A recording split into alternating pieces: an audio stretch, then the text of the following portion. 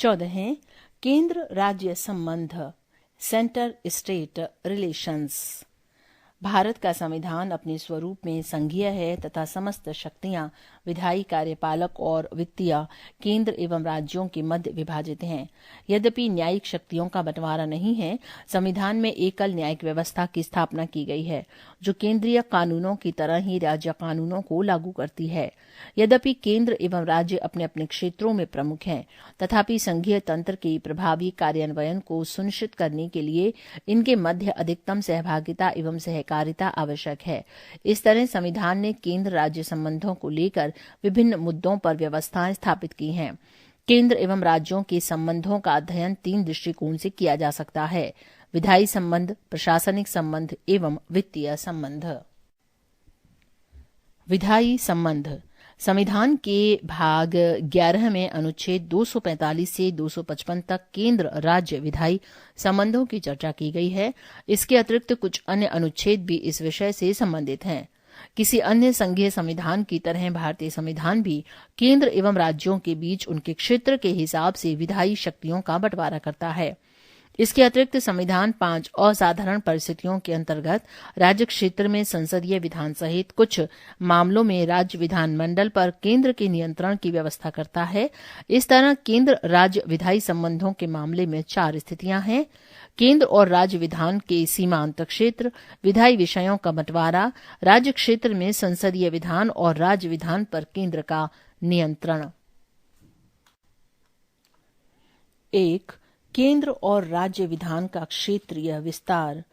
संविधान ने केंद्र और राज्यों को प्रदत्त शक्तियों के संबंध में स्थानीय सीमाओं को लेकर विधायी संबंधों को निम्नलिखित तरीके से परिभाषित किया है। रोमन नंबर 1, संसद पूरे भारत या इसके किसी भी क्षेत्र के लिए कानून बना सकती है। भारत क्षेत्र में राज्य शामिल हैं। केंद्र शासित राज्य और किसी अन्य क्षेत्र को भारत के क्षेत्र में माना जाता है। रोमन नंबर 2, राज्य विधानमंडल पूरे राज्य या राज्य के किसी क्षेत्र के लिए कानून बना सकता है। राज्य विधानमंडल द्वारा निर्मित कानून को राज्य के बाहर के क्षेत्रों में लागू नहीं किया जा सकता, सिवाय तब जब राज्य और वस्तु में संबंध पर्याप्त हों।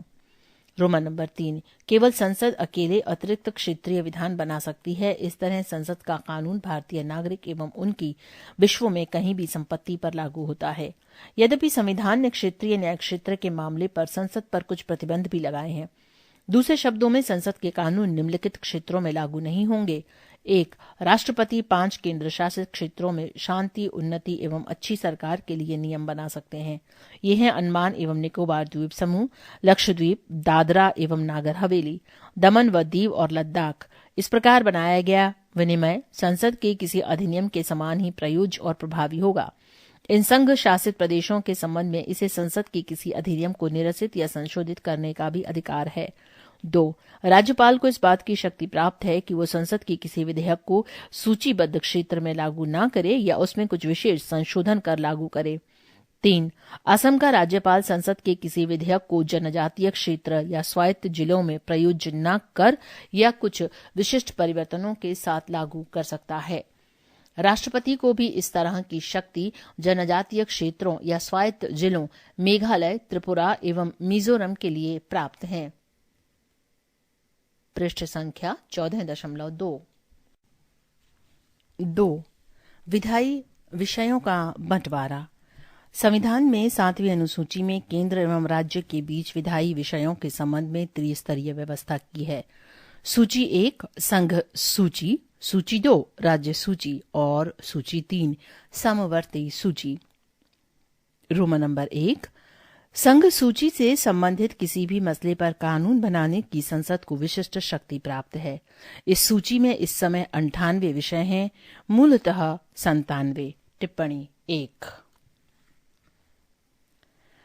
अब भी अंतिम प्रविष्टि की संख्या 97 है, लेकिन कुल संख्या 98 है। प्रविष्टि संख्या 2 का 92 का 92 ख और 92 ग को जोड़ा गया और प्रविष्टि 33 92 और 92 ग को हटाया गया। देखिए परिशिष्ट 2। टिप्पणी 1 समाप्त।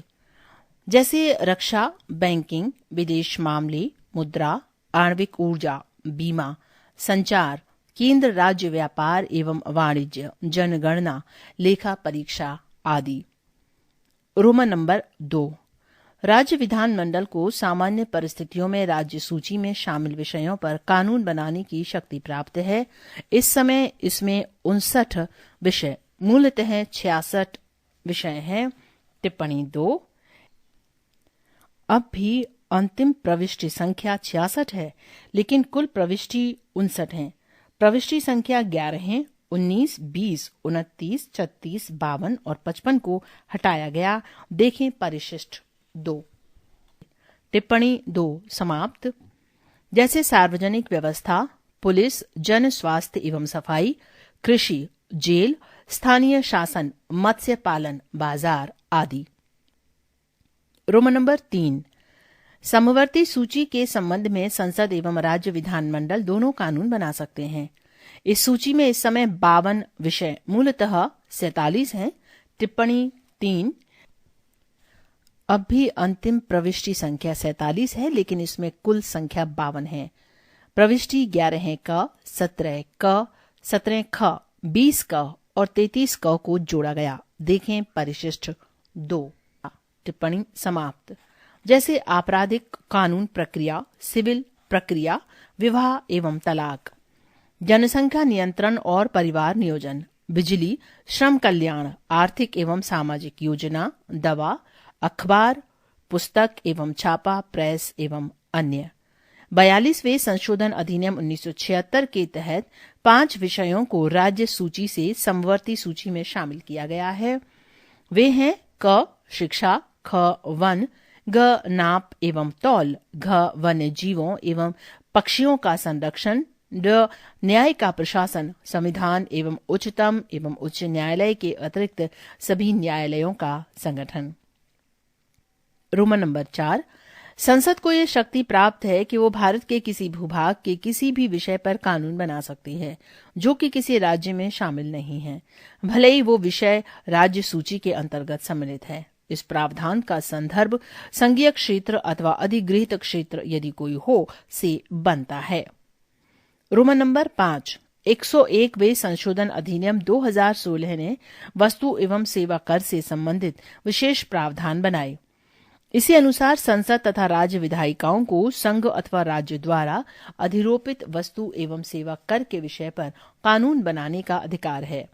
पुनः संसद को ये विशेष शक्ति प्राप्त है कि वो वस्तु एवं सेवा कर के विषय में कानून बनाए यदि वस्तु अथवा सेवा अथवा दोनों की आपूर्ति अंतरराज्य व्यापार या वाणिज्य में की जा रही है। अवशिष्ट सूची से संबद्ध विषयों, वे विषय जो तीनों सूचियों में सम्मिलित नहीं होते, पर विधान बनाने का अधिकार संसद को है। इस अवशिष्ट शक्ति में अवशिष्ट करों के आरोपण के संबंध में विधान बनाने की शक्ति भी शामिल है। इस तरह स्पष्ट है कि विधायी एकता के लिए आवश्यक राष्ट्रीय महत्व के ऐसे मामलों को संघ सूची में शामिल किया गया। क्षेत्रीय एवं स्थायी महत्व एवं विविधता वाले विषयों को राज्य सूची में रखा गया। जिन विषयों पर संपूर्ण देश में विधायिका की एक रूपता वांछनीय है परंतु अनिवार्य नहीं, उन्हें समवर्ती सूची में रखा गया। इस तरह संविधान अनेकता में एकता की अनुमति देता है। अमेरिका में संघीय सरकार की शक्तियां संविधान में निहित हैं तथा अवशिष्ट शक्तियां राज्यों को प्रदान कर दी गई हैं। ऑस्ट्रेलियाई संविधान में भी अमेरिका की तरह शक्तियों के एकल वर्णन की प्रकृति को अपनाया गया है। कनाडा में शक्तियों के आवंटन की दोहरी प्रकृति है, अर्थात संघीय और प्रांतीय तथा अवशिष्ट शक्तियां केंद्र में निहित हैं। भारत सरकार अधिनियम 1935 त्रिस्तरीय महत्व के मामलों की व्यवस्था करता है, अर्थात संघीय, प्रांतीय एवं समवर्ती। वर्तमान संविधान इस अधिनियम के मामलों को एक अंतर के साथ अपनाता है। खास शक्तियां उस समय न तो संघीय विधायिका को दी गईं, न प्रांतीय विधायिका को, बल्कि भारत के गवर्नर जनरल को दी गईं। इस मामले में भारत ने कनाडा पद्धति को अपनाया। संविधान में संघ सूची को राज्य एवं समवर्ती सूची के ऊपर रखा गया है और समवर्ती सूची को राज्य सूची के ऊपर रखा गया है। संघ सूची एवं राज्य सूची के बीच टकराव होने की स्थिति में संघ सूची मान्य होगी। यही व्यवस्था संघ सूची व समवर्ती सूची के मामले में भी यही स्थिति होगी। समवर्ती एवं राज्य सूची में संघर्ष की स्थिति पर पूर्व वाली मान्य होगी। यदि समवर्ती सूची के किसी विषय को लेकर केंद्रीय कानून एवं राज्य कानून में संघर्ष की स्थिति आ जाए तो केंद्रीय कानून राज्य कानून पर प्रभावी होगा। लेकिन इसमें एक अपवाद भी है। यदि राज्य द्वारा बनाया गया कानून राष्ट्रपति की सिफारिश के लिए सुरक्षित है और उसे राष्ट्रपति की सहमति मिल जाती है तो राज्य का कानून प्रभावी होगा, लेकिन संसद भी इस पर कानून बना सकती है। पृष्ठ संख्या 14.3 राज्य क्षेत्र में संसदीय विधान। केंद्र एवं राज्यों के बीच बंटवारे की उक्त व्यवस्था सामान्य काल में विधायी शक्तियों के बंटवारे के लिए होती है, लेकिन असामान्य काल में बंटवारे की योजना या तो सुधारी जाती है या स्थगित कर दी जाती है। दूसरे शब्दों में संविधान संसद को ये शक्ति प्रदान करता है कि राज्य सूची के तहत निम्नलिखित 5 असाधारण परिस्थितियों में कानून बनाए। जब राज्यसभा एक प्रस्ताव पारित कर दे, यदि राज्यसभा यह घोषणा कर दे कि राष्ट्रहित में ये आवश्यक है कि संसद को वस्तु और सेवा कर के संबंध में टिप्पणी 3A 101वें संशोधन अधिनियम 2016 में वस्तु एवं सेवा कर का प्रावधान जोड़ा गया। टिप्पणी समाप्त। राज्य सूची के मामले में कानून बनाना चाहिए, तब संसद इस मामले पर कानून बनाने के लिए सक्षम हो जाएगी। इस तरह के किसी प्रस्ताव को उपस्थित सदस्यों में 2/3 का समर्थन मिलना चाहिए। ये प्रस्ताव 1 वर्ष तक प्रभावी रहेगा। इसे आगे असंख्य बार बढ़ाया जा सकता है, परंतु इसे एक बार में 1 वर्ष से अधिक के लिए नहीं बढ़ाया जा सकता। ये व्यवस्था राज्य विधानमंडल को समान मुद्दे पर कानून बनाने से नहीं रोकती है, लेकिन राज्य कानून एवं संसदीय कानून के बीच असहमति के मामले पर बाद की व्यवस्था मान्य होगी। राष्ट्रीय आपातकाल के दौरान यदि आपातकाल प्रभावी हो जाए तो संसद वस्तु और सेवा कर के संबंध में टिप्पणी 3B बही। टिप्पणी समाप्त। राज्य सूची के मामलों की शक्तियां अधिग्रहित कर लेती हैं। आपातकाल समाप्त होने के 6 माह बाद तक की व्यवस्था प्रभावी रहेगी। यहाँ भी राज्य विधानमंडल की समान मुद्दे पर कानून बनाने की शक्ति प्रतिबंधित नहीं होती, लेकिन इसमें भी टकराव की स्थिति में संसदीय कानून हावी रहता है। राज्यों के अनुरोध की अवस्था में जब 2 या अधिक राज्यों के विधानमंडल प्रस्ताव पारित करें कि राज्य सूची के मसले पर कानून बनाया जाए, तब संसद उस मामले के संबंध में कानून बना सकती है। यह कानून उन्हीं राज्यों में प्रभावी होगा जिन्होंने इसे बनाने के संबंध में प्रस्ताव पारित किया था। यद्यपि बाद में कोई राज्य इस संबंध में विधानमंडल में पारित प्रस्ताव के माध्यम से इसे लागू कर सकता है। इस तरह के कानून का संशोधन या इस पर पुनर्विचार संसद ही कर सकती है, न कि संबंधित राज्य। उक्त प्रावधान के तहत संसद उन मामलों पर भी कानून बना सकती है जिन पर उसे सीधे शक्ति प्रदत्त नहीं की गई। दूसरी ओर ऐसे मामले में राज्य विधानमंडल की कानून बनाने की शक्ति समाप्त हो जाती है। राज्यों द्वारा इस प्रकार का प्रस्ताव पारित करने का अभिप्राय ये है कि उन्होंने अपने विधान निर्माण की शक्ति को स्थगित या समर्पित कर दिया है तथा सभी कुछ संसद के हाथों में सौंप दिया है। उक्त व्यवस्था के तहत पारित कुछ कानूनों के उदाहरण इस प्रकार हैं: पुरस्कार प्रतियोगिता अधिनियम 1955, वन्य जीव संरक्षण अधिनियम 1972, जल प्रदूषण नियंत्रण एवं निवारण अधिनियम 1974, नगर भूमि अधिकतम सीमा और विनियमन अधिनियम 1976 और मानव अंग प्रतिरोपण अधिनियम 1994। अंतर्राष्ट्रीय समझौतों को लागू करना। संसद राज्य सूची के किसी मामले में अंतर्राष्ट्रीय संधि या समझौते के लिए कानून बना सकती है। ये व्यवस्था केंद्र को अपने अंतर्राष्ट्रीय दायित्व और प्रतिबद्धता को पूरा करने के योग्य बनाती है। उक्त व्यवस्था के तहत बनाए गए कुछ कानूनों के उदाहरण हैं: संयुक्त राष्ट्र सुविधा एवं प्रतिरक्षा अधिनियम 1947, जेनेवा समझौता अधिनियम 1960, अपहरण के खिलाफ अधिनियम 1982 एवं पर्यावरण से संबंधित विधान और ट्रिप्स TRIPS। राष्ट्रपति शासन के दौरान जब राज्य में राष्ट्रपति शासन लागू हो तो संसद को संबंधित राज्य के लिए राज्य सूची पर कानून बनाने की शक्ति प्राप्त हो जाती है। राष्ट्रपति शासन के उपरांत भी संसद द्वारा बनाया गया कानून प्रभावी रहता है। इसका अर्थ ये है कि इस कानून के प्रभावी होने की अवधि राष्ट्रपति शासन की अवधि से स्वतंत्र है, परंतु ऐसे कानून को राज्य विधानमंडल द्वारा निरसित या परिवर्तित या पुनः लागू किया जा सकता है। 4. राज्य विधानमंडल पर केंद्र का नियंत्रण। अपवादजनक परिस्थितियों में राज्य सूची पर संसद के सीधे विधान के अतिरिक्त संविधान केंद्र को राज्य सूची पर नियंत्रण के लिए निम्नलिखित मामलों में शक्तिशाली बनाता है। 1. राज्यपाल कुछ प्रकार के विधेयकों को राष्ट्रपति की संस्तुति के लिए सुरक्षित रख सकता है। राष्ट्रपति को उन पर विशेष वीटो की शक्ति प्राप्त है। 2. राज्य सूची से संबंधित कुछ मामलों पर विधेयक सिर्फ राष्ट्रपति की पूर्व सहमति पर ही लाया जा सकता है। उदाहरण के लिए व्यापार और वाणिज्य की स्वतंत्रता पर प्रतिबंध लगाने संबंधी विधेयक। पृष्ठ संख्या 14.4। 3.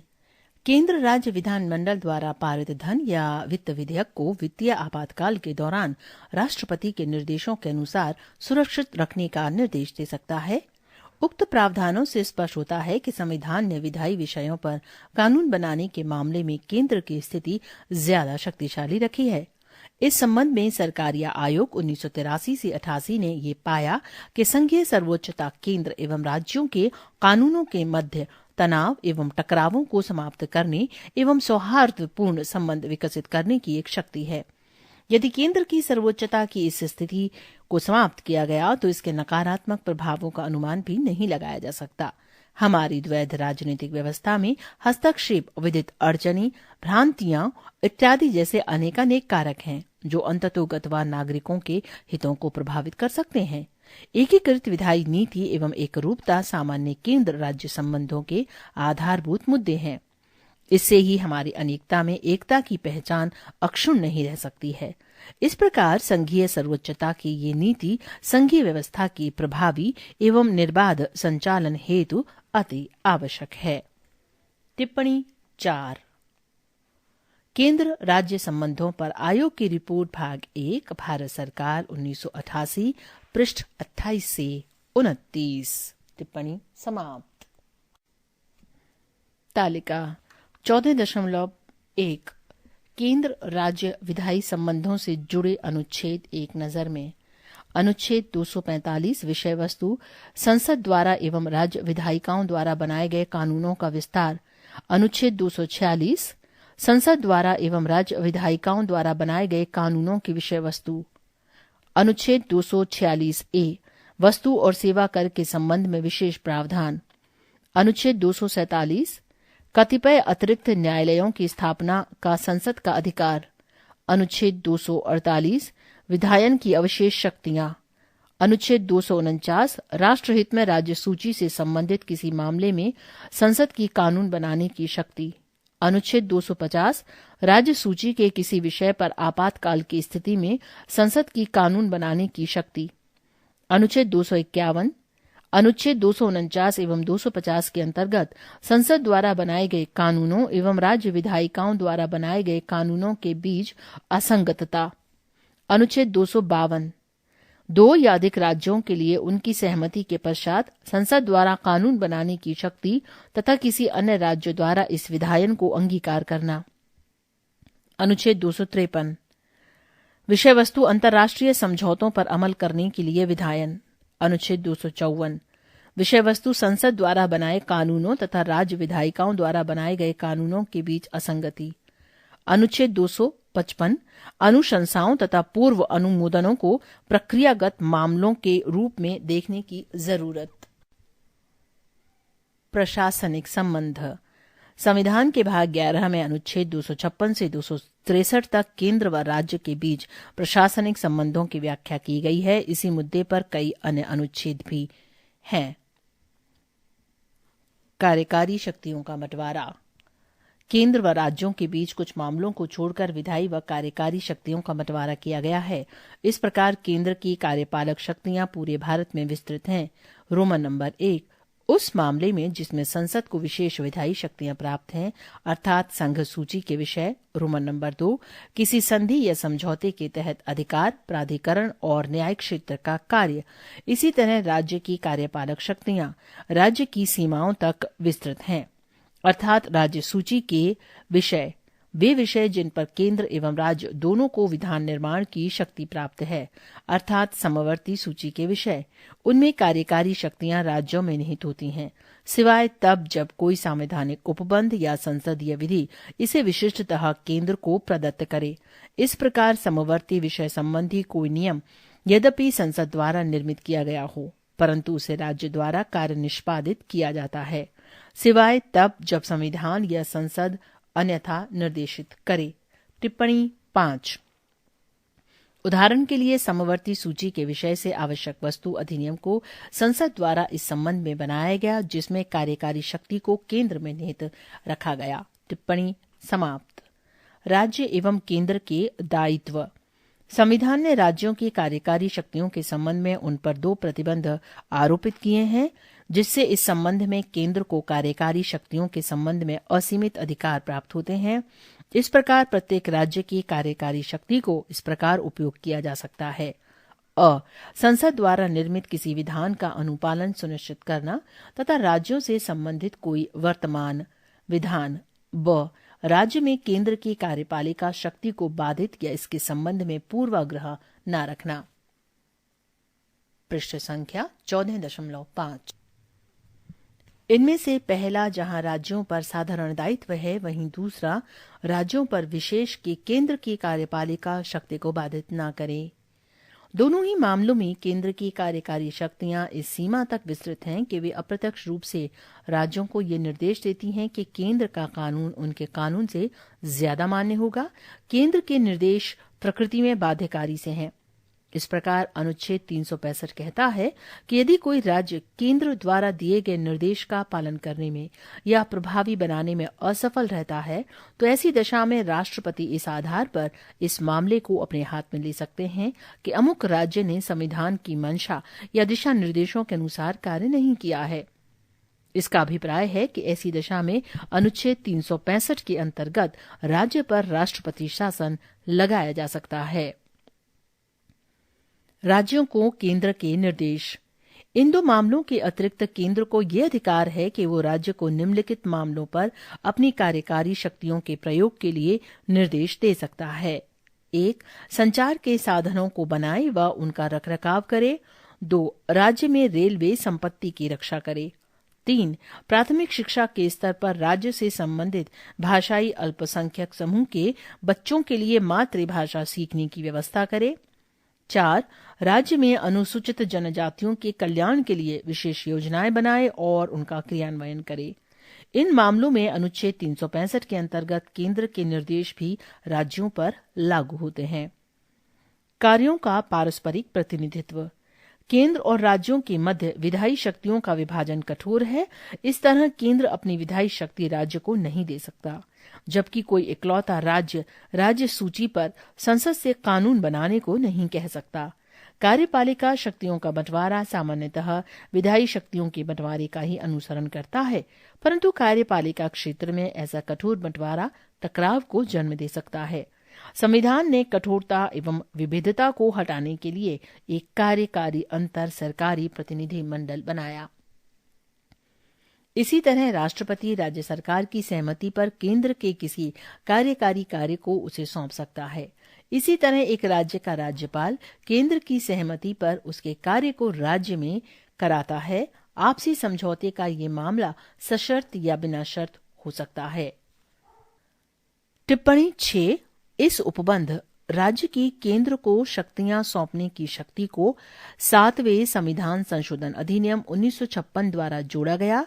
इससे पहले सिर्फ केंद्र के पास ये शक्ति थी। टिप्पणी समाप्त।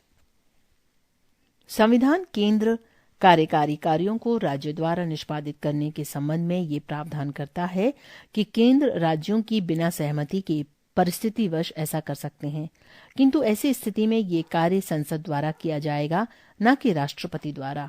इस प्रकार संघीय सूची के विषय पर संसद द्वारा बनाया गया कानून केंद्र के संबंध में शक्तियों का आवंटन एवं करारोपण का अधिकार राज्य को उसकी सहमति के बिना दे सकता है, यद्यपि यही कार्य राज्यों द्वारा नहीं किया जा सकता है।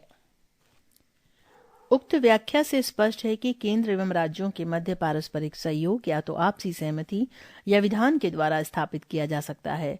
जहां केंद्र दोनों रीतियों का प्रयोग कर सकता है, वहीं राज्य केवल प्रथम रीति को ही अपना सकता है। केंद्र व राज्यों के बीच सहयोग। संविधान में केंद्र व राज्य के बीच सहयोग एवं समन्वय के लिए निम्नलिखित उपबंध हैं। 1. संसद किसी अंतर्राज्यीय नदी और नदी घाटी के पानी के प्रयोग, वितरण और नियंत्रण के संबंध में किसी विवाद या शिकायत पर न्याय निर्णय दे सकती है। 2. राष्ट्रपति अनुच्छेद 263 के तहत केंद्र व राज्य के बीच सामूहिक महत्व के विषयों की जांच व बहस के लिए अंतर्राज्यीय परिषद का गठन कर सकता है। इस तरह की परिषद 1990 में बनाई गई थी। टिप्पणी 7। इस संबंध में विस्तार के लिए अध्याय 15 देखें। टिप्पणी 7 समाप्त। 3. केंद्र एवं राज्यों में लोक अधिनियमों, रिकॉर्डों एवं न्यायिक प्रक्रिया के संचालन के लिए भारत के भूक्षेत्र को पूर्ण विश्वास एवं साख प्रदान की जानी चाहिए। 4. संसद संवैधानिक उद्देश्य से अंतर्राज्यीय व्यापार, वाणिज्य एवं अंतर संबंध की स्वतंत्रता व्यवस्था के तहत किसी प्राधिकरण का गठन कर सकती है। अखिल भारतीय सेवाएं। किसी अन्य संघ की तरह केंद्र एवं राज्य की सार्वजनिक सेवाएं बटी हुई हैं, जिन्हें केंद्रीय सेवाएं या राज्य सेवाएं कहा जाता है। इसमें अखिल भारतीय सेवाएं IAS, IPS और IFS शामिल हैं। इन सेवाओं के अधिकारी केंद्र और राज्यों के अंतर्गत उच्च पदों पर अपनी सेवाएं प्रदान करते हैं, परंतु इनकी नियुक्ति और प्रशिक्षण केंद्र द्वारा किया जाता है। पृष्ठ संख्या 14.6। इन सेवाओं को केंद्र एवं राज्यों द्वारा संयुक्त रूप से नियंत्रित किया जाता है। इन पर पूर्ण नियंत्रण केंद्र सरकार का एवं तात्कालिक नियंत्रण राज्य सरकार का रहता है।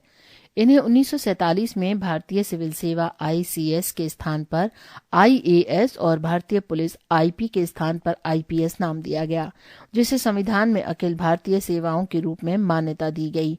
1966 में भारतीय वन सेवा IFS को तीसरी अखिल भारतीय सेवा बनाया गया। संविधान का अनुच्छेद 312 संसद को राज्यसभा के प्रस्ताव के आधार पर नई अखिल भारतीय सेवा के गठन का प्राधिकार प्रदान करता है। इन तीनों अखिल भारतीय सेवाओं में से प्रत्येक का आवंटन राज्यों की आवश्यकता अनुरूप किया जाता है तथा इनमें से प्रत्येक में समान स्तर के अधिकार होते हैं एवं उन्हें समान वेतन प्रदान किया जाता है। यद्यपि अखिल भारतीय सेवाएं राज्य की स्वायत्तता और संरक्षण को सीमित कर संविधान के संघीय सिद्धांत का उल्लंघन करती हैं। इन सेवाओं का समर्थन निम्नांकित आधार पर किया जाता है। 1. केंद्र एवं राज्य में उच्च स्तरीय प्रशासन के रखरखाव में। 2. पूरे देश में प्रशासनिक एकीकरण व्यवस्था सुनिश्चित करने में। एवं 3. केंद्र एवं राज्यों के सामूहिक हितों के संबंध में सहयोग एवं संयुक्त कार्यों में। संविधान सभा में अखिल भारतीय सेवाओं को उचित बताते हुए डॉक्टर अंबेडकर ने कहा था कि संघीय व्यवस्था में द्वैध नीति को सभी संघीय व्यवस्था में अपनाया गया है। सभी संघीय व्यवस्थाओं में संघीय सिविल सेवा एवं प्रांतीय सिविल सेवाएं पाई जाती हैं। भारतीय संघ में भी द्वैध नीति तथा 2 प्रकार की सेवाएं होंगी, किंतु इसका एक अपवाद भी होगा। ये पाया गया कि प्रत्येक देश में प्रशासन में कुछ विशेष पद प्रशासन के स्तर को बनाए रखने के लिए रणनीतिक पद कहे जाते हैं। निसंदेह प्रशासन का स्तर इन रणनीतिक पदों पर नियुक्त किए जाने वाले लोक सेवकों की दक्षता पर निर्भर करता है। संविधान ने भी बिना किसी भेदभाव के राज्यों को ये अधिकार दिया है कि वे अपनी लोक सेवाओं का गठन करें। अखिल भारतीय सेवा हेतु अखिल भारतीय स्तर पर इनका आयोजन किया जाए। इसके द्वारा चयनित प्रशासकों हेतु अखिल भारतीय सेवाओं की समान भत्ते तथा इन्हें रणनीतिक या मुख्य पदों पर नियुक्ति के समान अवसर होने चाहिए। टिप्पणी 8। कॉन्स्टिट्यूएंट असेंबली डिबेट्स खंड 7 पृष्ठ 41 से 42। लोक सेवा आयोग। लोक सेवा आयोग के क्षेत्र में केंद्र राज्य संबंध निम्नतर हैं। 1. राज्य लोक सेवा आयोग के अध्यक्ष व सदस्यों की नियुक्ति यद्यपि राज्यपाल द्वारा की जाती है, लेकिन उन्हें सिर्फ राष्ट्रपति द्वारा हटाया जा सकता है। 2. संसद संयुक्त राज्य लोक सेवा आयोग JSPSC का गठन संबंधित विधानमंडलों के अनुरोध पर कर सकती है। 3. राज्यपाल के अनुरोध एवं राष्ट्रपति की मंजूरी के बाद संघ लोक सेवा आयोग यूपीएससी राज्य की आवश्यकता अनुसार कार्य कर सकता है। 4. संघ लोक सेवा आयोग योजनाओं के क्रियान्वयन, संयुक्त भर्ती आदि पर राज्यों की सहायता 2 या अधिक राज्यों के अनुरोध पर करता है। एकीकृत न्याय व्यवस्था। यद्यपि भारत में दोहरी राजनीतिक व्यवस्था अपनाई गई है, तथापि न्याय के प्रशासन में द्वैध नीति नहीं है। दूसरी ओर संविधान ने एकीकृत न्याय व्यवस्था की स्थापना की है। इसमें उच्चतम न्यायालय सर्वोच्च स्तर पर एवं उच्च न्यायालय इसके नीचे हैं। ये एकल व्यवस्था ही केंद्र एवं राज्य दोनों के विधानों का अनुपालन सुनिश्चित करती है। ये व्यवस्था पारस्परिक टकराव एवं भ्रांति को समाप्त करने हेतु अपनाई गई है। उच्च न्यायालय के न्यायाधीशों की नियुक्ति राष्ट्रपति द्वारा सर्वोच्च न्यायालय के मुख्य न्यायाधीश एवं संबंधित राज्य के राज्यपाल के परामर्श से की जाती है। इन्हें राष्ट्रपति द्वारा स्थानांतरित किया जा सकता है एवं पद से हटाया भी जा सकता है। संसद विधान बनाकर 2 या 2 से अधिक राज्यों के लिए एक ही उच्च न्यायालय की स्थापना कर सकती है। उदाहरणार्थ, महाराष्ट्र एवं गोवा या पंजाब एवं हरियाणा का एक ही उच्च न्यायालय है। आपातकालीन अवधि में संबंध। 1. राष्ट्रीय आपातकाल के समय अनुच्छेद 352 के अंतर्गत 8. केंद्र को इस बात का अधिकार प्राप्त हो जाता है कि वो किसी भी विषय पर राज्य या राज्यों को निर्देशित कर सकता है। इस प्रकार इस स्थिति में राज्य पूर्णतया केंद्र के नियंत्रणाधीन हो जाते हैं, यद्यपि उन्हें निलंबित नहीं किया जाता। 2. जब राज्य में राष्ट्रपति शासन अनुच्छेद 356 के अंतर्गत लागू किया जाता है, तो राज्य के कार्यकारी विषयों के संबंध में राष्ट्रपति स्वयं निर्देश दे सकता है।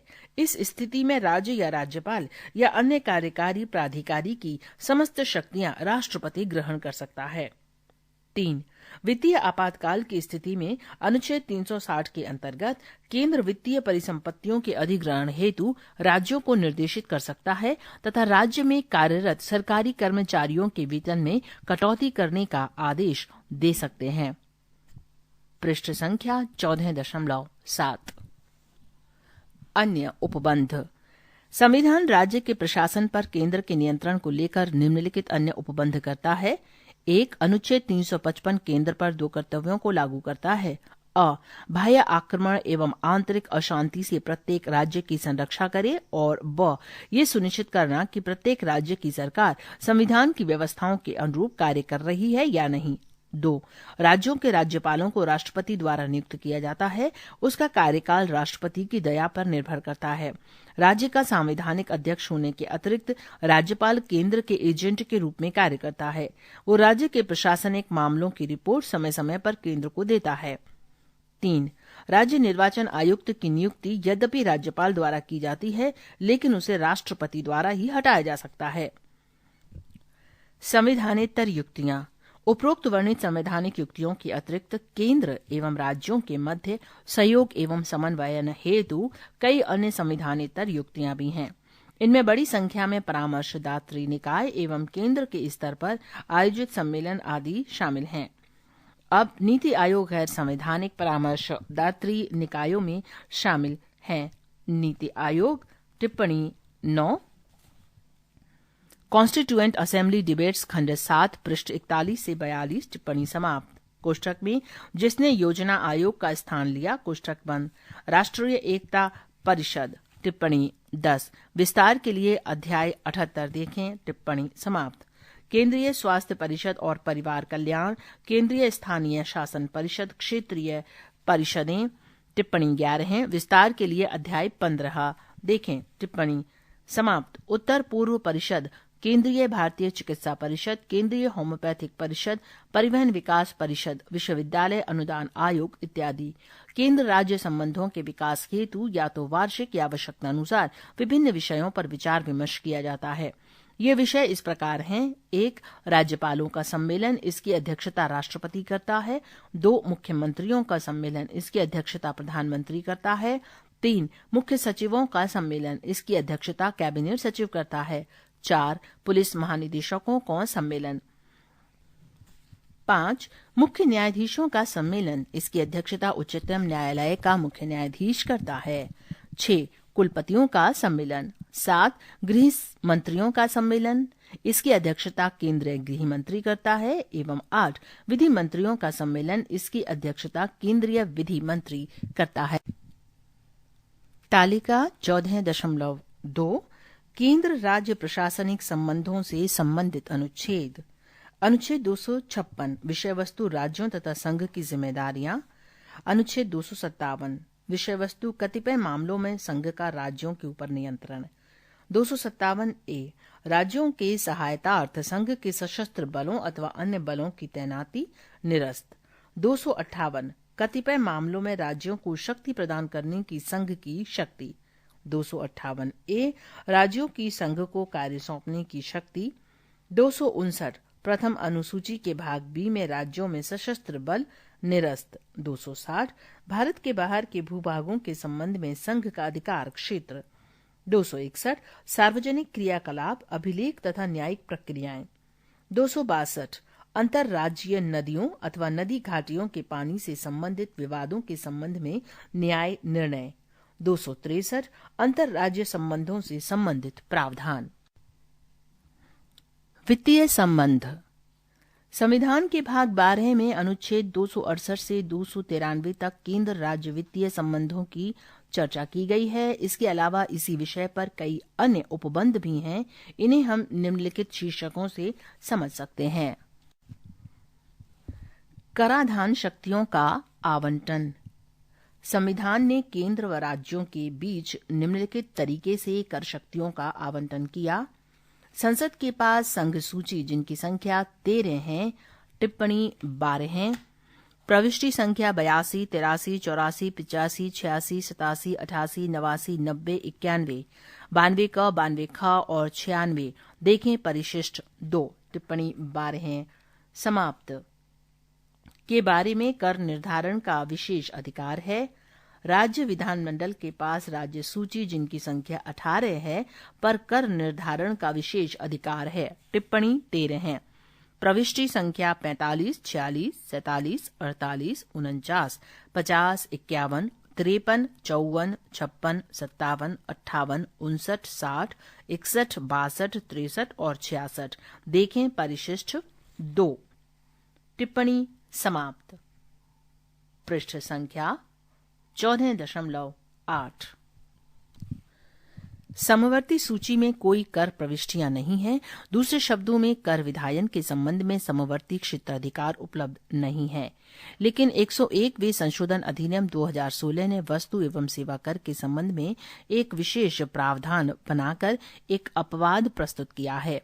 इस संशोधन ने संसद एवं राज्य विधायिकाओं को वस्तु एवं सेवा कर के प्रशासन के लिए समवर्ती अधिकार व शक्ति प्रदान की है। टिप्पणी 14 है। इसके विषय में 101वें अधिनियम 2016 ने संविधान में अनुच्छेद 246A जोड़ा। टिप्पणी समाप्त। कर निर्धारण की अवशेषीय शक्ति संसद में निहित है। इस उपबंध के तहत संसद ने उपहार कर, समृद्धि कर और व्यय कर लगाए हैं। संविधान कर की उगाही और संक्रमण की शक्ति में स्पष्ट अंतर करता है और इस प्रकार कर की उगाही और एकत्रित कर की प्राप्तियों के उपयोग की शक्ति का भी निर्धारण करता है। उदाहरण के लिए आयकर की उगाही और एकत्रण केंद्र द्वारा किया जाता है, परंतु इसकी प्राप्तियों को केंद्र और राज्यों के मध्य बांटा जाता है। इसके अतिरिक्त संविधान ने राज्यों की कर निर्धारण शक्ति पर निम्नलिखित पाबंदियां भी लगाई हैं। रोमन नंबर 1 विधानमंडल व्यवसाय, व्यापार एवं रोजगार पर कर लगा सकता है, लेकिन एक व्यक्ति पर ये 2,500 रुपये प्रतिवर्ष से अधिक नहीं होना चाहिए। टिप्पणी 15 है। मूलतः ये सीमा 250 रुपये प्रतिवर्ष थी। 60वें संशोधन अधिनियम 1988 द्वारा इसे बढ़ाकर 2,500 रुपये प्रतिवर्ष कर दिया गया है। टिप्पणी समाप्त। 2 राज्य विधानमंडल वस्तुओं की खरीद बिक्री, समाचार पत्रों के अतिरिक्त पर कर लगा सकता है, लेकिन ऐसी शक्तियों पर 4 पाबंदियां हैं। अ राज्य के बाहर किसी वस्तु की खरीद बिक्री पर कर नहीं लगाया जा सकता। ब आयात या निर्यात के दौरान खरीद बिक्री पर कर नहीं लगाया जा सकता। स अंतर्राज्यीय व्यापार एवं वाणिज्य के दौरान किसी खरीद बिक्री पर कर नहीं लगाया जा सकता। ड संसद द्वारा अंतर्राज्यीय व्यापार एवं वाणिज्य के तहत महत्वपूर्ण घोषित मसलों पर क्रय विक्रय के आधार पर प्रतिबंध। टिप्पणी 16 है। ये प्रावधान अनुच्छेद 286 में समाहित हैं। 101वें संशोधन अधिनियम 2016 द्वारा किए गए संशोधन के अनुरूप। टिप्पणी समाप्त। 3. राज्य विधायिका को निम्नलिखित 2 मामलों में वस्तु की, सेवा की अथवा दोनों की आपूर्ति पर कर अधिरोपित करने से प्रतिबंधित किया गया है। क. जबकि ऐसी आपूर्ति राज्य के बाहर की गई हो, तथा ख. जबकि ऐसी आपूर्ति आयात अथवा निर्यात के दौरान होती हो। पुनः संसद को ये शक्ति प्राप्त है कि वो अपनी वस्तु, सेवा अथवा दोनों की आपूर्ति राज्य से बाहर होने तथा ऐसी आपूर्ति आयात या निर्यात के दौरान होने के बारे में विनिश्चय कर सिद्धांत अथवा नीति विरूपित करे। 4. राज्य विधानमंडल किसी अंतर राज्य नदी या नदी धारा के विनियमन या विकास हेतु संसद द्वारा स्थापित किसी प्राधिकरण को किसी पानी या बिजली एकत्रीकरण, उत्पादन, खपत, वितरण या बिक्री पर कर निर्धारण कर सकती है, लेकिन ऐसे किसी कानून को प्रभावी बनाने से पूर्व राष्ट्रपति की सिफारिश को सुरक्षित रखना होगा और उसकी सहमति लेनी होगी। कर राजस्व का वितरण। 80वें संशोधन अधिनियम 2000 तथा 101वां संशोधन अधिनियम 2016 द्वारा केंद्र राज्य के बीच कर राजस्व बंटवारे की योजना पर व्यापक परिवर्तन किया गया। 80वां संशोधन 10वें वित्त आयोग की सिफारिशों को प्रभावी करने के लिए लागू किया गया था। आयोग ने सिफारिश की थी कि कुछ केंद्रीय करों एवं कराधानों से प्राप्त कुल आय का 29% राज्यों को मिलना चाहिए। इसे अवमूल्यन की वैकल्पिक योजना के रूप में जाना गया तथा ये पूर्वव्यापी 1 अप्रैल 1996 से अस्तित्व में आया। इस संशोधन से आयकर के साथ ही कई अन्य करों जैसे निगम कर, कस्टम ड्यूटी आदि का प्रावधान किया गया। टिप्पणी 17 है। ये संशोधन अनुच्छेद 272 को समाप्त करता है। ऐसे कर जिन्हें केंद्र उद्गृहित और एकत्रित करता हो तथा केंद्र व राज्य के बीच बांटा जा सकता है। टिप्पणी समाप्त। 101वें संविधान संशोधन ने देश में करारोपण एवं कर प्रशासन की एक नई व्यवस्था शुरू की है, वस्तु एवं सेवा कर जीएसटी। उसी अनुसार संशोधन द्वारा संसद एवं राज्य विधायिकाओं को वस्तु, सेवा अथवा दोनों की आपूर्ति की प्रत्येक लेन देन में जीएसटी लगाने संबंधी कानून बनाने की शक्ति प्रदान की गई है। जीएसटी के चलते केंद्र एवं राज्य द्वारा अधिरोपित अनेक अप्रत्यक्ष कर निष्प्रभावी हो गए हैं। जीएसटी लागू करने की मंशा ही यही है कि भारी भरकम कर व्यवस्था की जटिलता को सुगम बनाकर वस्तुओं एवं सेवाओं का एक साझा राष्ट्रीय बाजार बनाया जाए। संशोधन ने विभिन्न केंद्रीय अप्रत्यक्ष करों तथा उगाहियों को जो अब तक वस्तुओं एवं सेवाओं की आपूर्ति से जुड़ी थीं, जैसे 1. केंद्रीय उत्पाद शुल्क सेंट्रल एक्साइज ड्यूटी, 2. अतिरिक्त उत्पाद शुल्क एडिशनल एक्साइज ड्यूटी, 3. औषधीय एवं प्रसाधन तैयारी उत्पादन शुल्क अधिनियम 1955 के अंतर्गत उगाहा गया उत्पादन शुल्क, 4. सेवा कर, 5. अतिरिक्त सीमा शुल्क जिसे प्रतिकार शुल्क कहा जाता है, additional customs duty commonly known as countervailing duty, 6. विशेष अतिरिक्त सीमा शुल्क special additional duty of customs तथा 7. केंद्रीय अधिभार एवं उपकर जहां तक वे वस्तु एवं सेवा आपूर्ति से संबंधित हैं, central surcharges and cess so far as they are related to the supply of goods and services.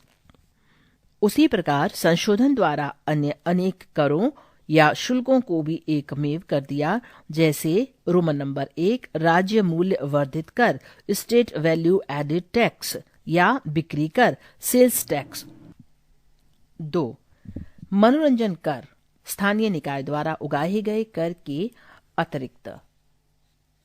पृष्ठ संख्या 14.9। 4. अष्टद्रव्य एवं प्रवेश कर ऑक्टोरोई एंड एंट्री टैक्स। 5. क्रय कर परचेज टैक्स। 6. विलासिता कर लग्जरी टैक्स। 7. लॉटरी, सट्टा, जुआ आदि पर कर तथा 8. वस्तु एवं सेवाओं की आपूर्ति पर अधिरोपित राज्य के अधिभार एवं उपकर state surcharges and cesses in so far as they related to the supply of goods and services. इसके अलावा संशोधन ने संविधान के अनुच्छेद 268A के साथ ही संघ सूची की प्रविष्टि 92C को भी निरसित कर दिया, जो कि सेवा कर से संबंधित थी। इन्हें 88वें संविधान संशोधन अधिनियम 2003 द्वारा जोड़ा गया था। सेवा कर की उगाही केंद्र द्वारा की जाती थी तथा इसका संग्रहण और विनियोग केंद्र एवं राज्य दोनों करते थे। उपरोक्त दोनों संशोधनों 80वां एवं 101वां संशोधन के बाद कर राजस्व के केंद्र और राज्यों के बीच वितरण की वर्तमान स्थिति निम्नवत है। ए, केंद्र द्वारा उद्गृहित एवं राज्यों द्वारा संग्रहित एवं विनियोजित कर अनुच्छेद 268। इस श्रेणी में विनिमय पत्रों, चेकों, वादा नोटों, नीतियों, बीमा तथा शेयरों एवं अन्य के अंतरण पर लगाने वाला स्टाम्प शुल्क आते हैं। किसी राज्य से उगाही की गई इन शुल्कों की प्राप्तियां भारत की समेकित निधि का भाग नहीं होती, बल्कि उसकी राज्य को दी जाती हैं। बी, केंद्र द्वारा उद्गृहित सेवा कर, लेकिन केंद्र एवं राज्यों द्वारा संगृहित एवं विनियोजित कर अनुच्छेद 268 का सेवाओं पर कर केंद्र द्वारा लगाया जाता है, लेकिन इनका संग्रहण एवं उपयोग केंद्र एवं राज्य दोनों मिलकर करते हैं।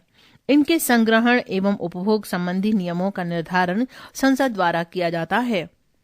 सी, संघ द्वारा उद्गृहित एवं संग्रहित किंतु राज्यों को सौंपे जाने वाले कर अनुच्छेद 269। इस श्रेणी में अग्रलिखित कर आते हैं। रोमन नंबर 1, अंतर्राज्यीय व्यापार या वाणिज्य में वस्तुओं के क्रय विक्रय से संबंधित कर, समाचार पत्र को छोड़कर। रोमन नंबर 2, माल या सामान के अंतर राज्यीय व्यापार या वाणिज्य के पारेषण से संबंधित कर। इन करों से प्राप्तियां भारत की समेकित निधि का भाग नहीं बनती। इन्हें संसद द्वारा निर्धारित नियमों अनुसार संबंधित राज्य को सौंप दिया जाता है। वस्तु एवं सेवा कर की उगाही और संग्रहण अंतर्राज्य व्यापार एवं वाणिज्य अनुच्छेद 269A के दौरान अंतर्राज्य व्यापार एवं वाणिज्य के दौरान हुई आपूर्ति पर वस्तु एवं सेवा कर की उगाही और संग्रहण केंद्र द्वारा किया जाता है, लेकिन ये कर केंद्र और राज्यों के बीच उसी प्रकार बांट दिया जाता है जैसा कि जीएसटी काउंसिल की अनुशंसाओं पर संसद निर्धारित करती है।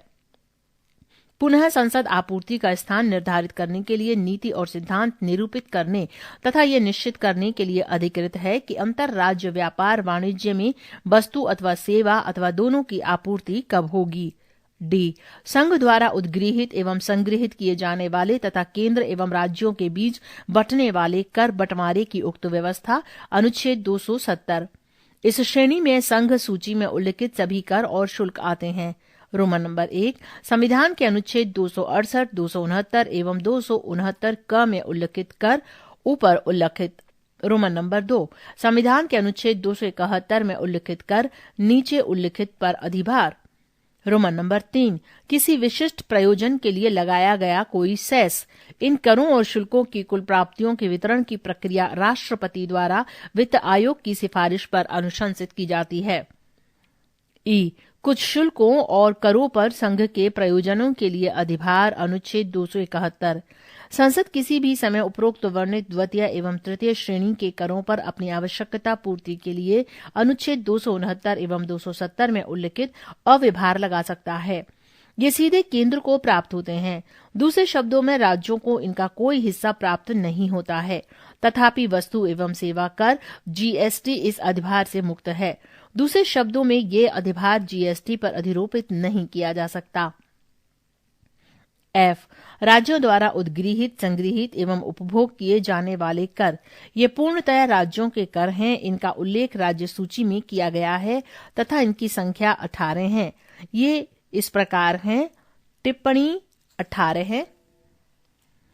प्रविष्टि 52, किसी स्थानीय क्षेत्र में उपभोग, उपयोग या बिक्री के लिए वस्तु के प्रवेश पर कर तथा प्रविष्टि 55, समाचार पत्रों में प्रकाशित तथा रेडियो अथवा टेलीविजन में प्रसारित विज्ञापनों के अतिरिक्त अन्य विज्ञापनों पर कर को 101वें संशोधन अधिनियम 2016 द्वारा विलोपित कर दिया गया। टिप्पणी समाप्त। 1, भू राजस्व। 2, कृषि आय पर कर। 3, कृषि भूमि के उत्तरवर्तन सक्सेशन से संबंधित शुल्क। 4, कृषि भूमि से संबंधित संपदा शुल्क। 5, भूमि और भवनों पर कर। 6, खनिज अधिकारों पर कर। 7, मानव उपयोग के लिए अल्कोहलीय पेय पदार्थ, अफीम, भारतीय भांग तथा अन्य नशीली दवाइयां एवं नशीले पदार्थों पर उत्पाद शुल्क, लेकिन अल्कोहल युक्त औषधीय एवं प्रसाधन सामग्री पर नहीं। 8, बिजली के उपयोग एवं बिक्री पर कर। 9, कच्चे तेल, high speed diesel, motor spirit petrol, प्राकृतिक गैस, उड्डयन टरबाइन ईंधन तथा मानव उपयोग के लिए अल्कोहल पेय पदार्थों पर कर, किंतु इसमें अंतर्राज्य व्यापार या वाणिज्य के दौरान बिक्री तथा ऐसी वस्तुओं की अंतर्राष्ट्रीय व्यापार अथवा वाणिज्य के दौरान बिक्री शामिल नहीं है। पृष्ठ संख्या 14.10। 10. सड़क अथवा अंतर्देशीय जल परिवहन में वस्तुओं तथा यात्रियों को ढोने पर कर लगाकर। 11. वाहनों पर कर। 12. पशुओं तथा नौकाओं पर कर। 13. पथ कर टोल्स। 14. व्यवसाय व्यापार कॉलिक्स तथा रोजगारों पर कर। 15. कैपिटेशन कर। 16. मनोरंजन तथा मन बहलाव पर उस हद तक कर जहां तक पंचायत, नगर पालिका अथवा क्षेत्रीय परिषद अथवा जिला परिषद संग्रह करते हों। 16. दस्तावेजों पर स्टाम्प शुल्क जो संघीय सूची में विनिर्दिष्ट हैं उनके अलावा तथा 17. राज्य सूची में शामिल सामग्री पर शुल्क कोट शुल्क के अतिरिक्त। गैर कर राजस्व का वितरण। केंद्र के गैर राजस्व स्रोतों से व्यापक प्राप्तियां निम्नलिखित से हैं। 1. डाक एवं तार। 2. रेलवे। 3. बैंकिंग। 4. प्रसारण। 5. सिक्के एवं मुद्रा। 6. केंद्रीय सार्वजनिक उपक्रम। 7. समयावधि समाप्त होने पर उगाही। और 8. अन्य। टिप्पणी 19। देखें संघ की संपत्ति अध्याय 67। टिप्पणी समाप्त। 6. अन्य। टिप्पणी 20। देखिए राज्य की संपत्ति अध्याय 67। राज्यों के लिए सहायतार्थ अनुदान। केंद्र एवं राज्यों के बीच करों की हिस्सेदारी के संविधान में व्यवस्था की गई है कि राज्यों को केंद्र से सहायतार्थ अनुदान प्राप्त हो। अनुदान 2 प्रकार के होते हैं, विधिक अनुदान एवं विवेकाधीन अनुदान। विधिक अनुदान अनुच्छेद 275 संसद को इस बात का अधिकार प्रदान करता है कि वो राज्यों को आवश्यकता पड़ने पर अनुदान उपलब्ध कराए। यद्यपि प्रत्येक राज्य के लिए ऐसा करना आवश्यक नहीं है। इसके अलावा अलग अलग राज्यों के लिए सहायता राशि भी भिन्न भिन्न निर्धारित की जा सकती है। ये राशि प्रत्येक वर्ग भारत की संचित निधि पर भारित होती है।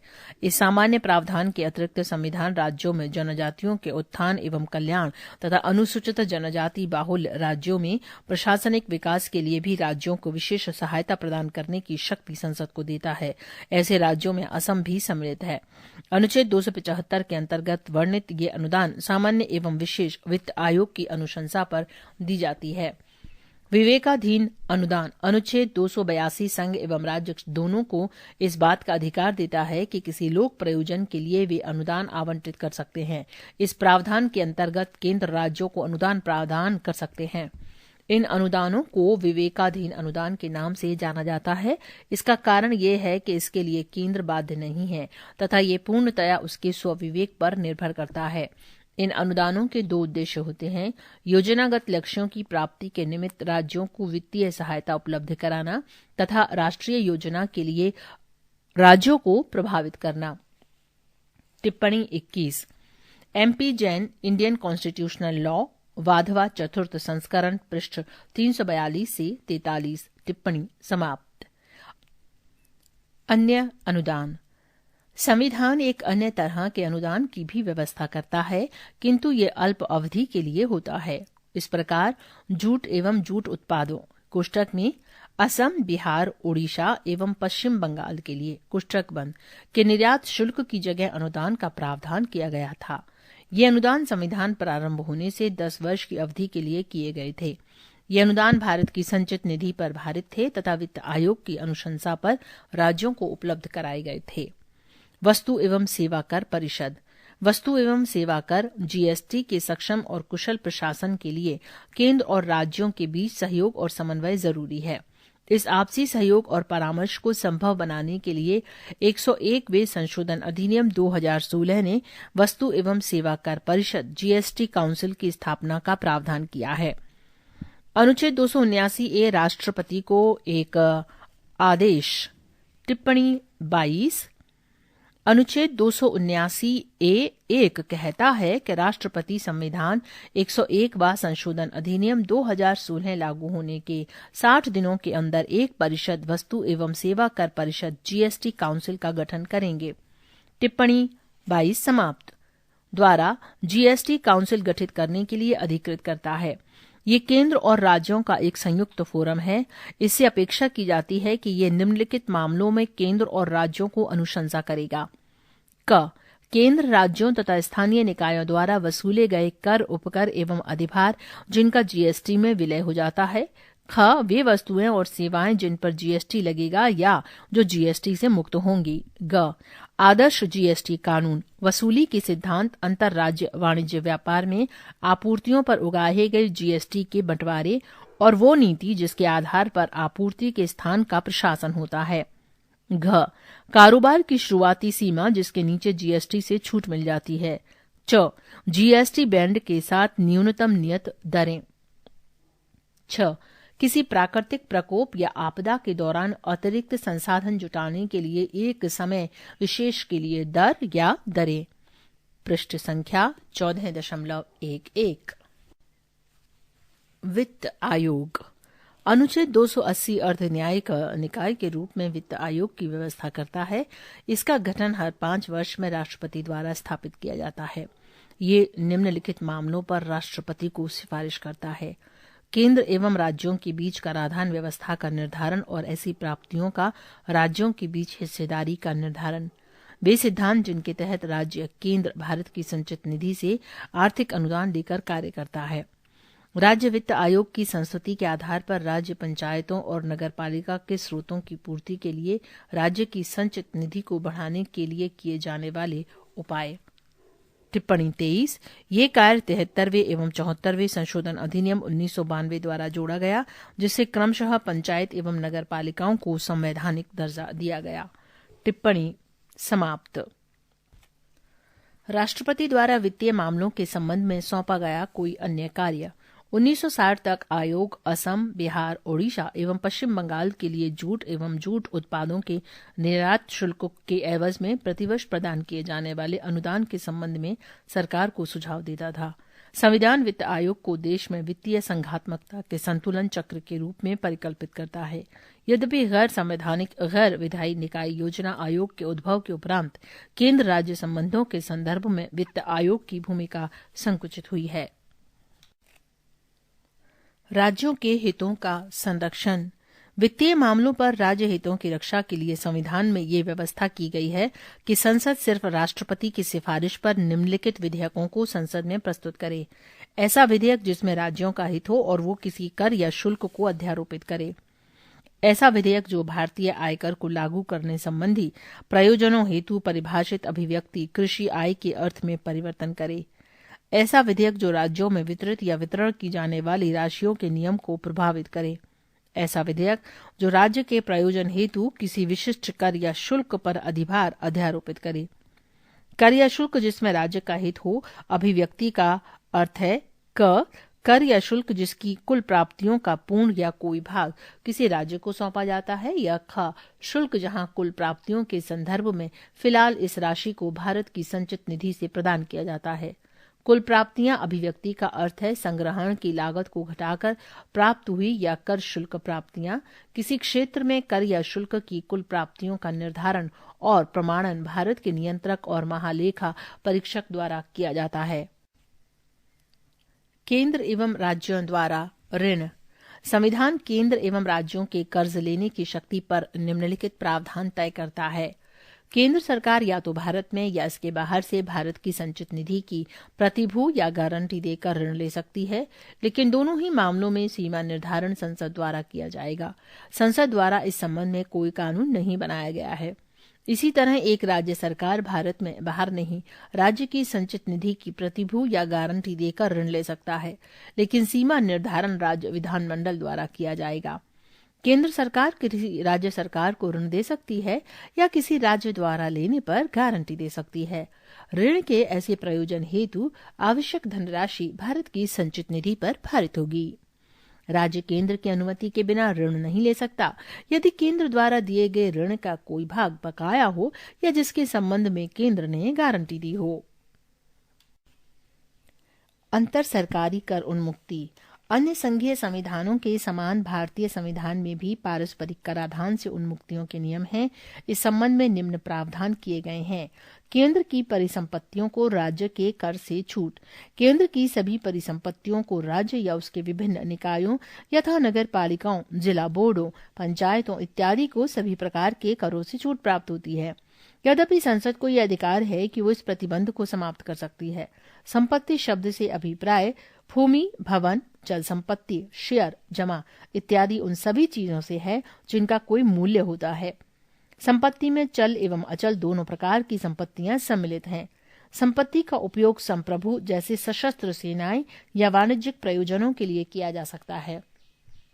पृष्ठ संख्या 14.12। केंद्र सरकार द्वारा निर्मित निगमों या कंपनियों को राज्य कराधान या स्थानीय कराधान से उन्मुक्ति प्राप्त नहीं है। इसका कारण ये है कि निगम या कंपनी एक पृथक विधिक अस्तित्व है। राज्य की परिसंपत्तियों या आय को केंद्रीय कर से छूट। राज्यों की परिसंपत्तियां एवं आय को भी केंद्रीय कर से छूट प्राप्त होती है। ये आय संप्रभु कार्यों या वाणिज्यिक कार्यों से हो सकती है, किंतु यदि संसद अनुमति दे तो केंद्र वाणिज्यिक आय पर कर लगा सकता है। यद्यपि केंद्र चाहे तो वो किसी कार्य या व्यवसाय विशेष को इस कर से छूट भी दे सकता है। उल्लेखनीय है कि राज्य में स्थित स्थानीय संस्थाएं केंद्रीय कर से मुक्त नहीं होती हैं। इसी तरह निगमों एवं राज्य की स्वामित्व वाली कंपनियों की परिसंपत्तियां एवं आय पर केंद्र कर लगा सकती है। 1963 में सर्वोच्च न्यायालय ने अपने एक सलाहकारी निर्णय टिप्पणी 24 सागर सीमा शुल्क अधिनियम 1963 टिप्पणी समाप्त ये सलाह दी थी कि केंद्र द्वारा राज्यों को दी जाने वाली छूट ऐसी होनी चाहिए जिससे सीमा और उत्पाद शुल्कों पर कोई प्रभाव न पड़े। दूसरे शब्दों में केंद्र राज्य द्वारा आयातित या निर्यातित वस्तुओं पर कर लगा सकती है या वो राज्य में उत्पादित या विनिर्मित सामान पर उत्पाद शुल्क लगा सकती है। आपातकाल के प्रभाव। केंद्र राज्य के बीच संबंध आपातकाल के दौरान बदल जाते हैं। ये निम्नलिखित हैं। राष्ट्रीय आपातकाल।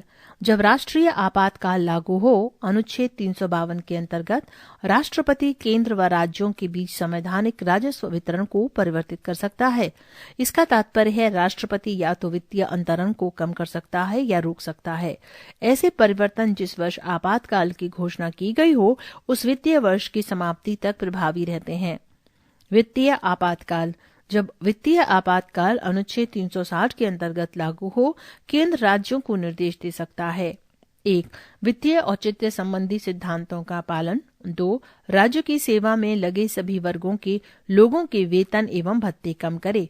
और 3. सभी धन विधेयकों या अन्य वित्तीय विधेयकों को राष्ट्रपति की स्वीकृति के लिए आरक्षित रखे। तालिका 14.3 केंद्र राज्य वित्तीय संबंधों से संबंधित अनुच्छेद एक नजर में। अनुच्छेद 268 विषय वस्तु केंद्र एवं राज्यों के बीच राजस्व का वितरण। संघ द्वारा आरोपित किंतु राज्यों द्वारा संग्रहित एवं उपयोग किए गए कर।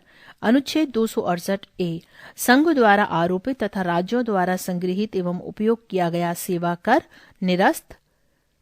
269 केंद्र द्वारा लगाए गए एवं संग्रहित किए गए किंतु राज्यों को दिए जाने वाले कर। 269 ए अंतरराज्यीय व्यापार या वाणिज्य के दौरान वस्तु और सेवा कर की उगाही, लेवी और संग्रह। 270 केंद्र एवं राज्यों के बीच लगाए गए कर एवं संघ तथा राज्यों के बीच वितरण। 271 संघ के लिए कतिपय करों पर अतिरिक्त कर सरचार्ज। 272 संघ द्वारा लगाए गए एवं संग्रहित किए गए कर जो कि संघ और राज्यों के बीच वितरित भी किए जा सकते हैं, निरस्त। 273 जूट एवं जूट उत्पादों पर निर्यात कर के लिए अनुदान। 274 कराधान को प्रभावित करने वाले विधेयक को जिनमें की राज्यों की भी रुचि है पर राष्ट्रपति की अनुशंसा लेना। 275 कतिपय राज्यों को संघ द्वारा अनुदान। 276 व्यवसाय, व्यापार, कॉलिंग तथा रोजगारों पर कर। 277 बचत। 278 कतिपय वित्तीय मामलों से संबंधित प्रथम अनुसूची के भाग बी के संबंध में राज्यों के साथ समझौता, निरस्त। 279 कुल प्राप्तियों की गणना इत्यादि। 279 ए वस्तु और सेवा कर परिषद, 280 वित्त आयोग, 281 वित्त आयोग की अनुशंसाएं। अनुच्छेद 282 विषय वस्तु अन्यान्य वित्तीय प्रावधान। संघ अथवा किसी राज्य द्वारा अपने राजस्व में से अदा करने योग्य खर्च। अनुच्छेद 283 अन्यान्य वित्तीय प्रावधान संचित निधियों, आकस्मिकता निधियों तथा लोक लेखा में जमा धनराशि का संरक्षण। अनुच्छेद 284 सूटर्स डिपॉजिट तथा अन्य धनराशि जो कि लोक सेवकों एवं न्यायालयों द्वारा प्राप्त होती है का संरक्षण। अनुच्छेद 285 राज्य कराधान में संघ की संपत्तियों की छूट। 286 वस्तुओं की बिक्री अथवा खरीद पर करारोपण पर प्रतिबंध। 287 बिजली पर करों से छूट। 288 कतिपय मामलों में पानी तथा बिजली से संबंधित राज्यों द्वारा करारोपण से छूट। 289 किसी राज्य की संपत्ति एवं आय का संघीय करारोपण से छूट। 290 कतिपय खर्चों एवं पेंशन से संबंधित समायोजना। 290 ए देव सेवम कोषों को वार्षिक भुगतान। 291 शासकों को प्रीवी पर्स निरस्त। उधार ग्रहण। अनुच्छेद 292 भारत सरकार द्वारा लिए गए उधार। अनुच्छेद 293 राज्यों द्वारा लिया गया उधार। पृष्ठ संख्या 14.13। केंद्र राज्य संबंधों में प्रवृत्तियां। 1967 तक केंद्र राज्य संबंध व्यापक एवं सामान्य बने रहे क्योंकि केंद्र एवं ज्यादातर राज्यों में एक ही दल का शासन था। 1967 के चुनाव में कांग्रेस पार्टी 9 राज्यों में हार गई, जिससे केंद्र में उसकी स्थिति कमजोर हुई। इससे केंद्र राज्य संबंध के राजनीतिक परिदृश्य में नया परिवर्तन आया। राज्यों में गैर कांग्रेसी सरकारों ने कई मसलों पर केंद्रीयकरण का विरोध किया। उन्होंने राज्यों की स्वायत्तता का मुद्दा उठाया और ज्यादा शक्तियां एवं वित्तीय स्रोतों की मांग की। इसने केंद्र राज्य संबंधों में टकराव व तनाव की स्थिति पैदा कर दी। केंद्र राज्य संबंधों के तनाव संभाव्य क्षेत्र। जिन मुद्दों के कारण केंद्र और राज्यों के बीच तनाव व टकराव पैदा हुआ वे हैं: 1 राज्यपाल की नियुक्ति एवं बर्खास्तगी का तरीका। 2 राज्यपाल का दलगत व पक्षपातपूर्ण रवैया। 3 पार्टी हित में राष्ट्रपति शासन को लगाना। 4 राज्य में कानून एवं व्यवस्था बनाने के लिए केंद्रीय बलों की तैनाती। 5 राज्य विधेयकों को राष्ट्रपति की स्वीकृति के लिए आरक्षित रखना। 6 राज्य के लिए वित्तीय आवंटन में भेदभाव। 7 राज्य नीतियों के अनुपालन में योजना आयोग की भूमिका। 8 अखिल भारतीय सेवाओं IAS, IPS व IFS का प्रबंधन। 9 राजनीतिक उद्देश्यों के लिए इलेक्ट्रॉनिक मीडिया का प्रयोग। 10 मुख्यमंत्री के विरुद्ध जांच आयोग की नियुक्ति। 11 हैं केंद्र एवं राज्यों के मध्य वित्तीय हिस्सेदारी और 12 हैं राज्य सूची में केंद्र द्वारा अतिक्रमण। 1960 के दशक के मध्य से ही केंद्र राज्य संबंधों पर विचार किया जा रहा है। केंद्र राज्य संबंधों के मुद्दों पर निम्नलिखित कार्य हुए।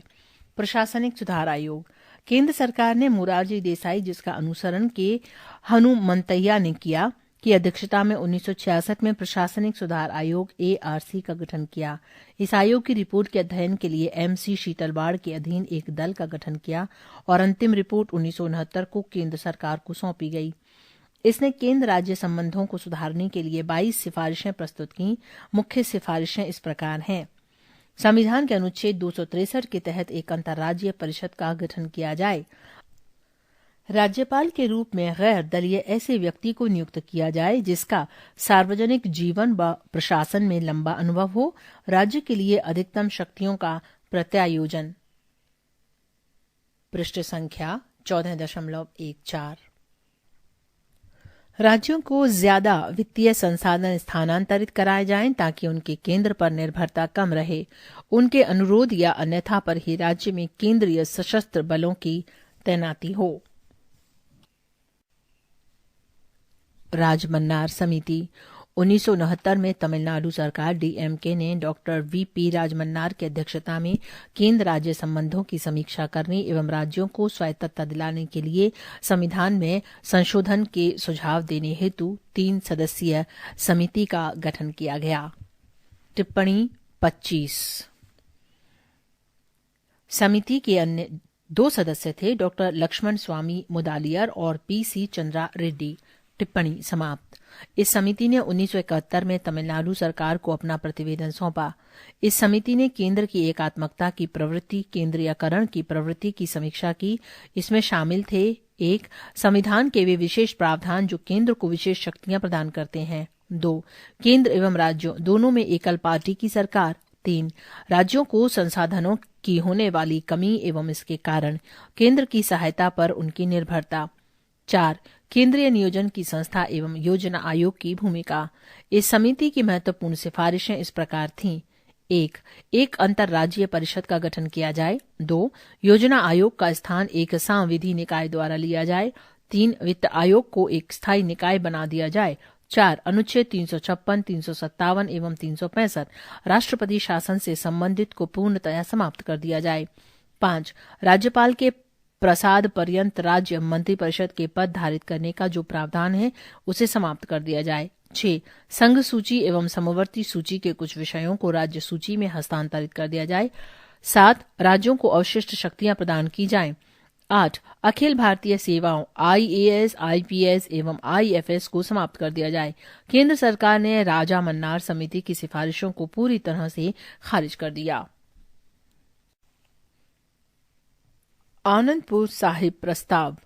1973 में अकाली दल पंजाब के आनंदपुर साहिब में हुई एक बैठक में राज्यों की धार्मिक एवं राजनीतिक मांगों के संबंध में एक प्रस्ताव को स्वीकृति दी।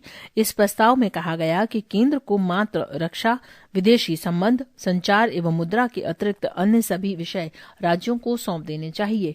इसमें कहा गया कि संविधान को वास्तविक रूप में संघीय बनाया जाना चाहिए और केंद्र में सभी राज्यों के लिए समान प्राधिकार और प्रतिनिधित्व सुनिश्चित किया जाना चाहिए।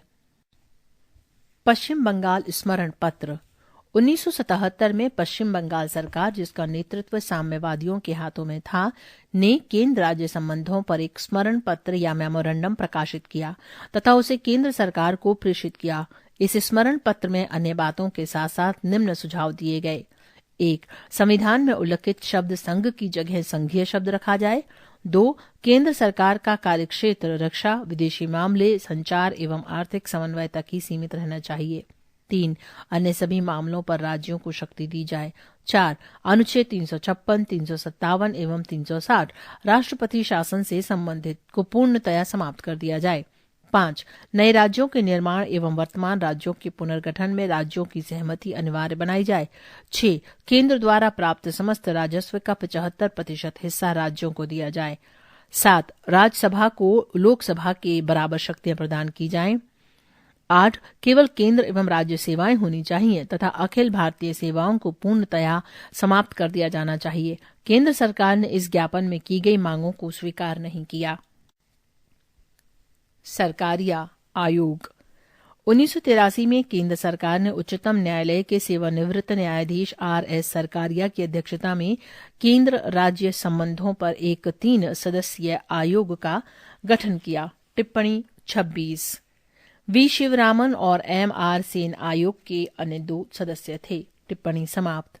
आयोग से कहा गया कि वो केंद्र और सरकार के बीच सभी व्यवस्थाओं व कार्य पद्धतियों का परीक्षण करे और इस संबंध में उचित परिवर्तन व प्रामाणिक सिफारिशें प्रदान करे।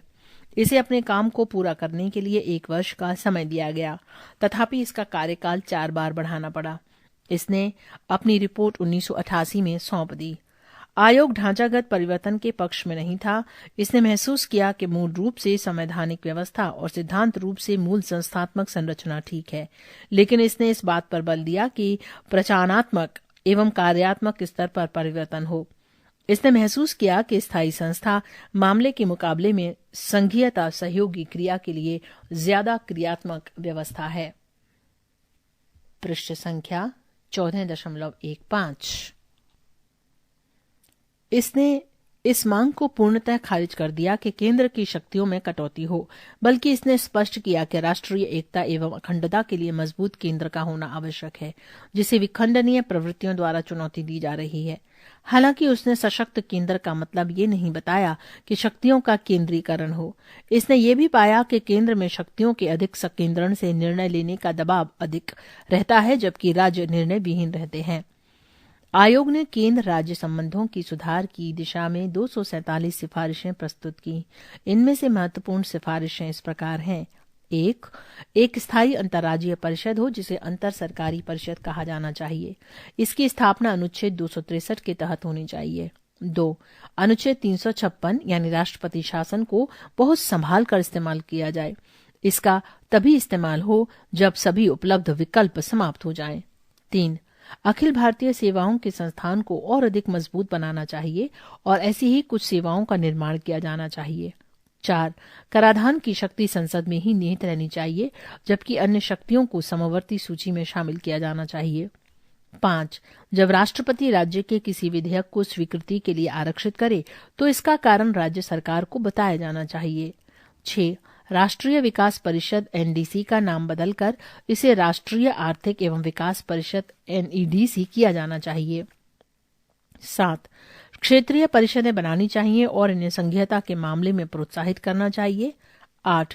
केंद्र को बिना राज्य की स्वीकृति के सैन्य बलों की तैनाती की शक्ति प्राप्त होनी चाहिए, यहां तक कि ये राज्यों की सहमति के बिना भी किया जा सकता है, तथापि ये वांछनीय है कि राज्यों से परामर्श किया जाए। 9. समवर्ती सूची के विषयों पर कानून बनाने से पहले केंद्र को राज्य से परामर्श करना चाहिए।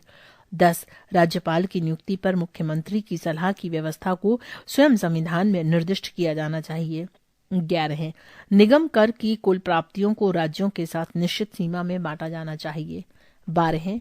राज्यपाल विधानसभा में बहुमत की स्थिति पर सरकार को भंग नहीं कर सकता है। 13. राज्यपाल के 5 वर्ष के कार्यकाल को बिना ठोस कारणों के अतिरिक्त बाधित नहीं किया जाना चाहिए। 14. बिना संसद की मांग के किसी राज्य मंत्री के खिलाफ जांच आयोग नहीं बैठाना चाहिए। 15. केंद्र द्वारा आयकर पर अधिभार उगाही नहीं करनी चाहिए, सिवाय विशेष उद्देश्य और सीमित समय के लिए। 16. योजना आयोग और वित्त आयोग के बीच कार्यों का वर्तमान बंटवारा उचित एवं निरंतर होना चाहिए। 17. त्रिभाषा फॉर्मूला समान रूप से लागू करने की दिशा में कदम उठाना चाहिए। 18. रेडियो एवं टेलीविजन के लिए स्वायत्तता नहीं होनी चाहिए, लेकिन इनके कार्यों का विकेंद्रीयकरण होना चाहिए। 19. राज्यों के पुनर्गठन पर राज्यसभा की भूमिका एवं केंद्र की शक्ति में परिवर्तन नहीं होने चाहिए। 20. भाषागत अल्पसंख्यकों के लिए कमिश्नरी प्रारंभ करना चाहिए। केंद्र सरकार सरकारिया आयोग की 180 कोष्टक में 247 में से कोष्टक बंद सिफारिशों को लागू कर चुकी है। इनमें सबसे महत्वपूर्ण 1990 में केंद्र राज्य परिषद का गठन है। पुंछी आयोग। अप्रैल 2007 में केंद्र सरकार ने केंद्र राज्य संबंधों की समीक्षा के लिए उच्चतम न्यायालय के भूतपूर्व मुख्य न्यायाधीश मदन मोहन पुंछी की अध्यक्षता में एक आयोग का गठन किया। टिप्पणी 27। आयोग के अन्य 4 सदस्य थे धीरेन्द्र सिंह, भारत सरकार के पूर्व सचिव, विनोद कुमार गुग्गल, भारत सरकार में पूर्व सचिव, प्रोफेसर NR माधव मेनन, पूर्व निदेशक राष्ट्रीय न्यायिक अकादमी भोपाल तथा national law school of India Bangalore, तथा doctor Amrish Bagchi, emeritus professor national institute of public finance and policy नई दिल्ली। फरवरी 2008 में डॉक्टर बागची के निधन के पश्चात विजय शंकर, पूर्व निदेशक CBI, भारत सरकार को आयोग के एक सदस्य के रूप में अक्टूबर 2008 में नियुक्त किया गया। टिप्पणी समाप्त। इस आयोग का गठन इसलिए किया गया था कि 2 दशक पहले गठित सरकारिया आयोग के बाद बदलते राजनीतिक एवं आर्थिक परिदृश्य के कारण काफी परिवर्तन हो चुके हैं, अतः नई परिस्थितियों में केंद्र राज्य संबंधों का पुनः आकलन किया जाना आवश्यक है। इस आयोग के प्रमुख कार्य इस प्रकार थे। 1. आयोग को भारत के संविधान के अनुरूप वर्तमान परिप्रेक्ष्य में केंद्र राज्य संबंधों की समीक्षा करनी थी। आयोग को स्वस्थ परंपराओं, शक्तियों के संबंध में उच्चतम न्यायालय के विशेष आदेश तथा विभिन्न क्षेत्रों में कार्य एवं उत्तरदायित्व, जिनमें शामिल थे विधायी संबंध, प्रशासनिक संबंध, राज्यपाल की भूमिका, आपातकालीन उपबंध, वित्तीय संबंध, आर्थिक एवं सामाजिक योजना, पंचायती राज संस्थान, संसाधनों का बंटवारा जैसे अंतर राज्य नदी जल बंटवारा आदि के परिप्रेक्ष्य केंद्र सरकार को उचित सिफारिशें प्रस्तुत करनी थीं। पृष्ठ संख्या 14.16। 2. आयोग को केंद्र एवं राज्यों के बीच संबंधों की वर्तमान स्थिति का आकलन करने एवं उनमें सुधार करने के लिए उचित सिफारिशें देनी थी। इस संबंध में क्या रुकावटें या कठिनाइयां हैं, इसके बारे में भी सरकार को बताना था। आयोग को यह देखना था कि पिछले वर्षों में देश में, विशेष रूप से पिछले 2 दशकों में एवं संविधान की मंशा के अनुरूप सामाजिक एवं आर्थिक विकास की क्या स्थिति रही है तथा इसे तीव्र करने के लिए क्या किया जाना चाहिए। इन सिफारिशों में आयोग को यह भी बताना था राष्ट्र की एकता और अखंडता को अक्षुण्ण रखते हुए लोगों के कल्याण हेतु अच्छे शासन को सुनिश्चित करने हेतु नई चुनौतियों का किस प्रकार सामना किया जाए और नई सहस्त्राब्दी के प्रारंभिक दशकों में गरीबी और असाक्षरता उन्मूलन द्वारा भावी परिस्थितियों के अनुरूप सतत और तीव्र आर्थिक वृद्धि कैसे प्राप्त की जाए। 3. उक्त मामलों का विवेचन करते समय एवं अपनी सिफारिशें देते समय आयोग को विशिष्ट भूमिका निभानी थी, लेकिन उसे निम्न सीमाओं का भी ध्यान रखना था। 1. राज्यों के संबंध में केंद्र की भूमिका, दायित्व एवं कार्यक्षेत्र कैसा होना चाहिए, विशेष रूप से जब कोई राज्य लंबे समय तक सांप्रदायिक हिंसा, जातीय हिंसा या लंबे समय से चल रही किसी अन्य प्रकार की हिंसा से ग्रस्त हो। 2. राज्यों के संबंध में केंद्र की भूमिका, दायित्व एवं कार्यक्षेत्र कैसा होना चाहिए, विशेष रूप से नियोजन एवं बड़ी परियोजनाओं जैसे नदियों को जोड़ना आदि। ये ऐसे कार्य हैं जिनमें 15 से 20 वर्षों का समय लगता है। 3. राज्यों के संबंध में केंद्र की भूमिका, दायित्व एवं कार्यक्षेत्र कैसा होना चाहिए, विशेष रूप से पंचायती राज संस्थाओं एवं अन्य स्थानीय निकायों को स्वायत्तता के संदर्भ में। संविधान की 6ठी अनुसूची में वर्णित स्वायत्त निकायों का प्रशासन भी इसमें शामिल है। 4. राज्यों के संबंध में केंद्र की भूमिका, दायित्व एवं कार्यक्षेत्र कैसा होना चाहिए, विशेष रूप से स्वतंत्र नियोजन एवं जिला स्तर पर पृथक बजट बनाने के संदर्भ में। 5. राज्यों के संबंध में केंद्र की भूमिका, दायित्व एवं कार्यक्षेत्र कैसा होना चाहिए, विशेष रूप से केंद्र द्वारा राज्यों को विभिन्न मदों के अंतर्गत प्राप्त होने वाली सहायता के संदर्भ में। 6. राज्यों के संबंध में केंद्र की भूमिका, दायित्व एवं कार्यक्षेत्र कैसा होना चाहिए, विशेष रूप से पिछड़े राज्यों की उन्नति के लिए योजनाओं के निर्माण एवं उनके क्रियान्वयन के संदर्भ में। 7. 8वें से 12वें वित्त आयोग द्वारा केंद्र राज्य वित्तीय संबंधों के बारे में की गई सिफारिशों के संदर्भ में, विशेष रूप से केंद्र से प्राप्त होने वाली बड़ी वित्तीय सहायता के बारे में। 8.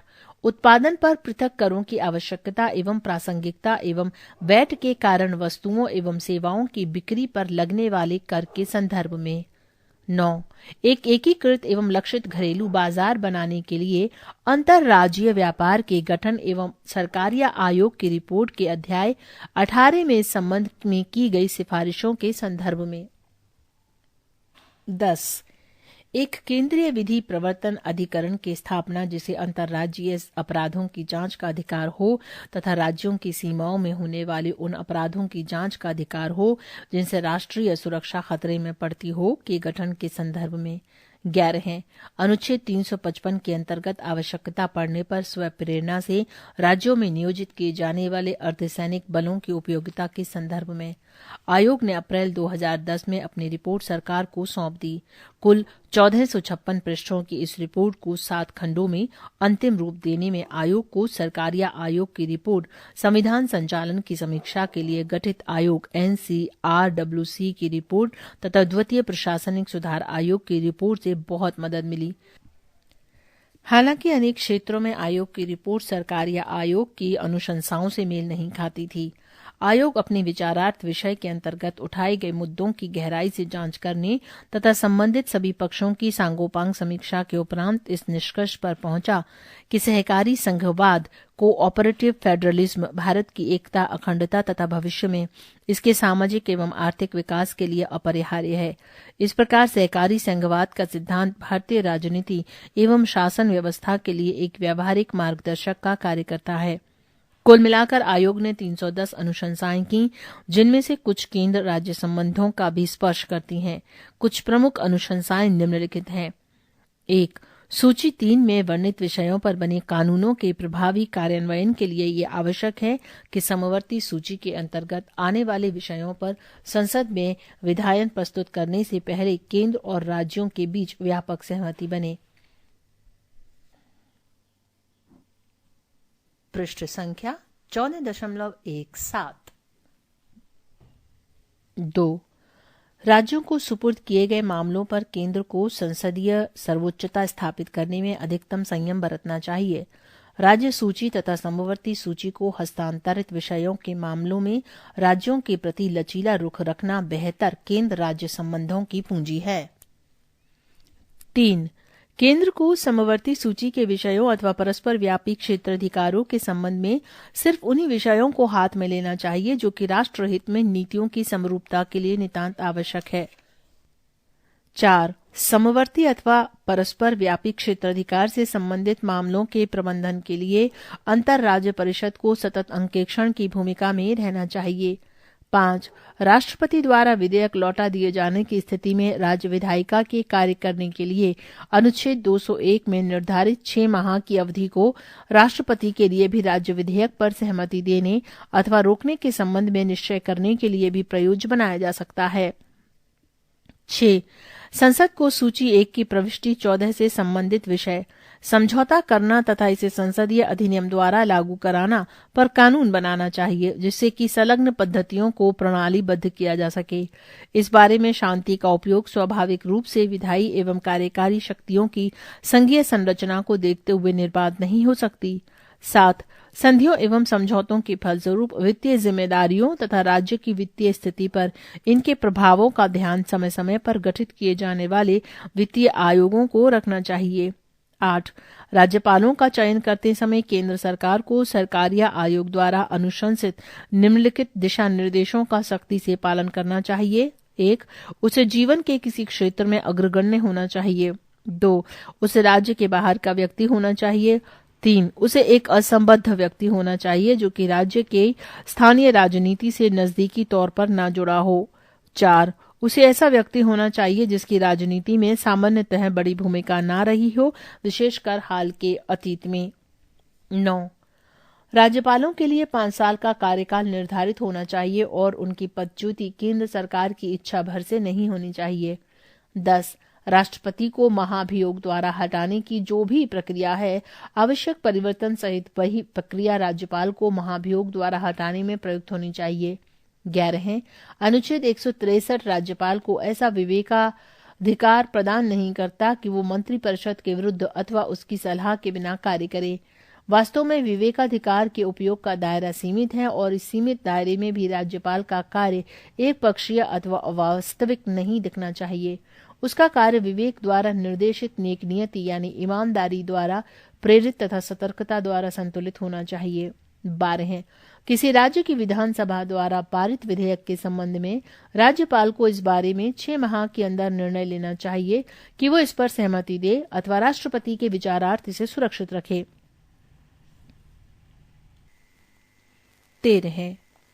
जहां त्रिशंकु विधानसभा बनने की स्थिति में मुख्यमंत्री की नियुक्ति में राज्यपाल की भूमिका का प्रश्न है, ये आवश्यक है कि इस बारे में संवैधानिक परंपराओं का पालन करते हुए स्पष्ट दिशा निर्देश बनाए जाएं।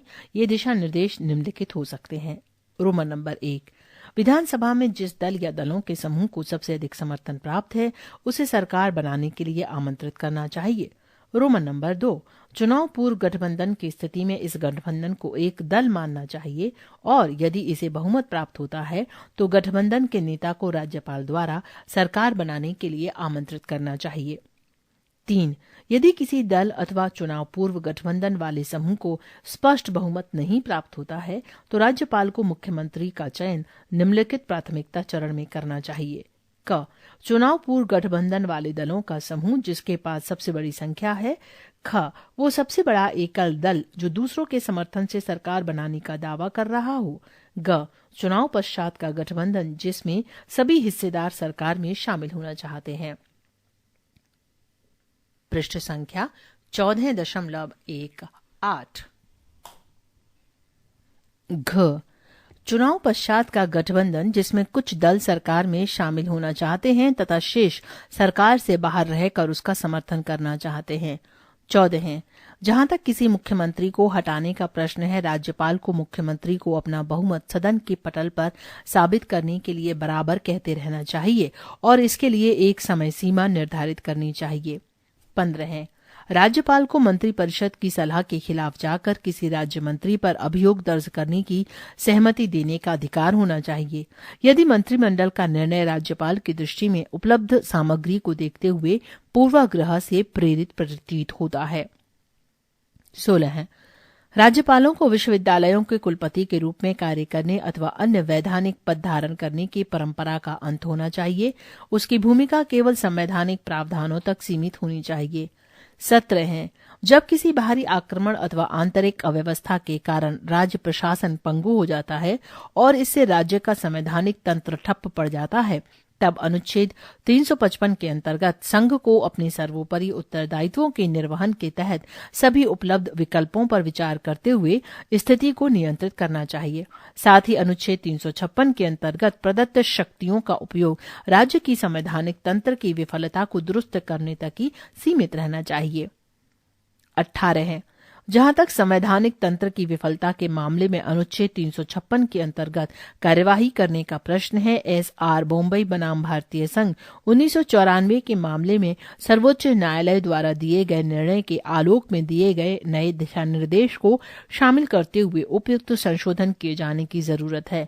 इससे राज्यों के मामले में संभावित संदेह एवं आशंका निराकरण हो सकेगा, जिससे कि केंद्र राज्य संबंध को बेहतर बनाने में मदद मिलेगी। 19 अब जबकि अनुच्छेद 352 तथा 356 के अंतर्गत आपातकाल लगाने के लिए शर्तें बहुत सख्त कर दी गई हैं और इसे अंतिम उपाय के रूप में ही उपयोग किए जाने का प्रावधान है, और अनुच्छेद 355 के अंतर्गत राज्यों की सुरक्षा का दायित्व संघ का है, ये आवश्यक है कि केंद्र के हस्तक्षेप के संबंध में संवैधानिक एवं वैधानिक रूपरेखा बनाई जाए, लेकिन इसमें अनुच्छेद 352 एवं 356 के अंतर्गत आंतरिक कदम उठाने की अनिवार्यता न हो।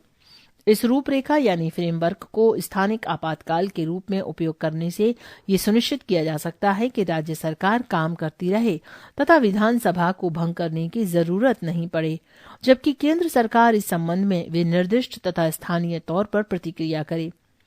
अनुच्छेद 355 सपठित 7वीं अनुसूची के अंतर्गत सूची 1 की प्रविष्टि 2A तथा सूची 2 की प्रविष्टि 1 के अंतर्गत स्थानीय आपातकाल लागू करने का पूरा औचित्य बनता है। 20 अंतर्राज्य परिषद को अंतर्राज्यीय केंद्र एवं राज्य मतभेदों को दूर करने का एक विश्वसनीय, शक्तिशाली तथा निष्पक्ष प्रणाली बनाने के लिए अनुच्छेद 263 में समुचित संशोधनों की आवश्यकता है। 21 क्षेत्रीय परिषदों की बैठक वर्ष में कम से कम 2 बार होनी चाहिए तथा बैठकों का एजेंडा संबंधित राज्यों द्वारा आपसी समन्वय बढ़ाने तथा नीतियों की सुसंगतता के लिए प्रस्तावित किया जाना चाहिए। एक मजबूत अंतर्राज्य परिषद का सचिवालय क्षेत्रीय परिषदों में कार्यालय के रूप में भी कार्य कर सकता है। 22 वित्तीय मामलों में अंतर्राज्य समन्वय को बढ़ावा देने के लिए राज्यों के वित्त मंत्रियों की शक्ति प्राप्त समिति का गठन एक सफल प्रयोग हो सकता है। दूसरे क्षेत्रों में भी इसी प्रकार के संदर्शों यानी मॉडल्स के सांस्थानिकीकरण की आवश्यकता है। मुख्यमंत्रियों का एक फोरम जिसकी अध्यक्षता चक्रानुक्रम से एक मुख्यमंत्री करें के बारे में भी विचार किया जा सकता है, जिससे कि ऊर्जा, खाद्य, शिक्षा, पर्यावरण तथा स्वास्थ्य क्षेत्रों में समन्वित नीतियां लागू की जा सकें। 23 स्वास्थ्य, शिक्षा, इंजीनियरिंग तथा न्यायपालिका आदि क्षेत्रों में नई अखिल भारतीय सेवाओं को सृजित करना चाहिए। 24 राज्यों के प्रातिनिधिक फोरम के रूप में सेकंड चैम्बर के गठन एवं कार्य में बाधक कारकों को हटाना चाहिए अथवा संशोधित करना चाहिए, और इसके लिए संवैधानिक प्रावधानों के संशोधन की जरूरत हो तो वो भी करना चाहिए।